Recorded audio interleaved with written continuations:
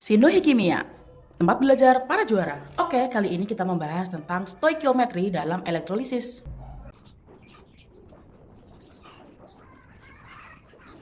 Oke, jadi stoikiometri adalah perhitungannya nanti konsep molnya yang dipakai dalam elektrolisis.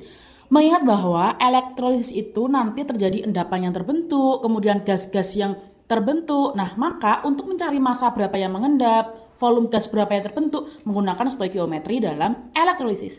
Yang pertama, aku mau langsung ke yang endapan atau menghitung massa. Nah, untuk massa ya kita lambangkan G. Di mana G? Rumusnya adalah I kali T per 9.600 kali air per bilok. Ya, jadi semakin banyak arus, semakin banyak arus yang digunakan, maka semakin banyak yang mengendap. Semakin lama waktu yang digunakan, maka akan semakin banyak yang mengendap. Jadi berbanding lurus. Begitu juga dengan AR ya.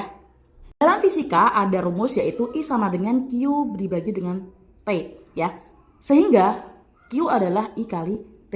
Dengan begini, si I kali T ini bisa diubah dengan Q ya. Jadi rumusnya bisa jadi tergantung di soal itu diketahui apa aja. Q per 9.500 dikali AR per bilok. Kalau ada I sama T pakai ini. Kalau ada Q kolom muatan pakai ini begitu. Dan juga berdasarkan hukum Faraday, F sama dengan Q dibagi 9.500 ya. Sehingga Q per 9.600 bisa diganti dengan F ini saja.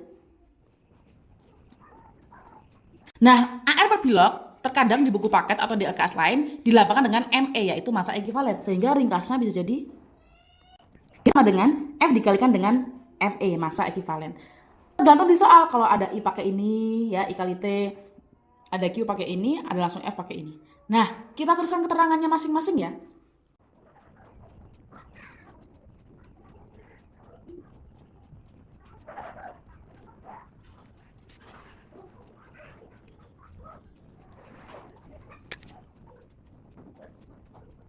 Oke, jadi G adalah massa endapan logam di katoda, satuannya gram.